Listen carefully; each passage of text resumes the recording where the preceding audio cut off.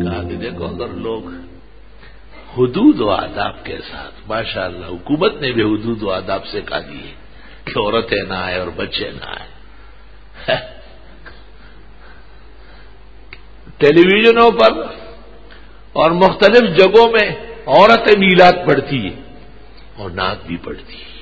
او نبی کی کیسی پیاری امتیاں ہے.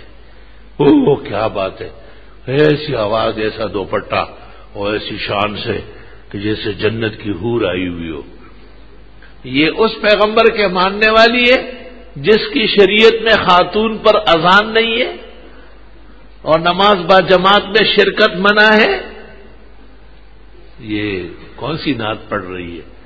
اس نعت سے اللہ کو خوش کرنا اور پیغمبر کو خوش کرنا بظاہر دشوار معلوم ہو رہا ہے. کیا ائمہ اربعہ کا اس پر اتفاق نہیں ہے کہ صوت المرأۃ عورت، خاتون کی آواز بھی پردہ نشین ہے؟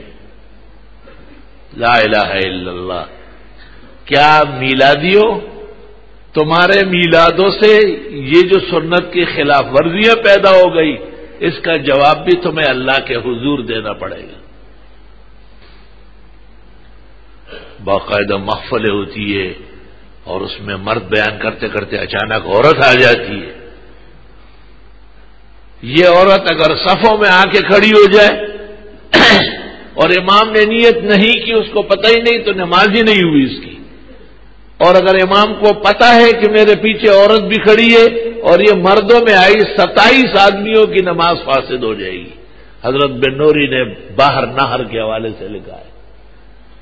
فقہاء کا متفق فیصلہ ہے. نماز 5 وقتہ فرض ہے. جماعت فرض کے بعد اہم ترین موقت سنت یا واجب ہے، اور جماعت میں نہ آنے والوں کو سخت ترین وعیدیں سنائی گئی. ترمذی شریف میں ہے، عبداللہ ابن عباس سے کسی نے کہا ایک آدمی دن بھر نفلی روزہ رکھتا ہے، رات بھر نفلیں پڑھتا ہے، ولا يحضر جمعۃ ولا جماعہ، جمعے کی نماز کے لیے بھی نہیں آتا، گھر پڑھتا ہے، اور جماعت میں بھی شریک نہیں ہوتا. ابن عباس نے کہا انہ من اہل النار، وہ پکا جہنمی ہے، پکا دوزخی. دن بھر کے نفلی روزے رکھنا، رات بھر کے نوافل پڑھنا، یہ نجات کا سبب نہیں بن رہا ہے، کیونکہ نبی کی سنت کے خلاف ورزی ہو رہی ہے. تمہارے ہوتے ہوئے، تمہارے ان مجالس اور جلوسوں کے ہوتے ہوئے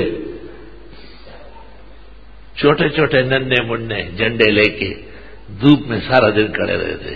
ان کو یہ سکھانے کو ہو ہم اور آپ سنی ہیں، سنیوں کو یہی سے چلنا ہے. انا للہ و انا الیہ راجعون.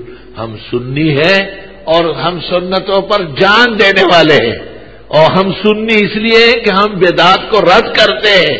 یہ چھوٹے چھوٹے بچے اور بچیوں، اور خدایا تیرے دین کا معجزہ قربان جاؤں کہ وزارت داخلہ نے فیصلہ کیا کہ عورتیں اور بچے نہ آئے، اور نہیں تو سب کو تیار کر کے لے جا رہے ہیں.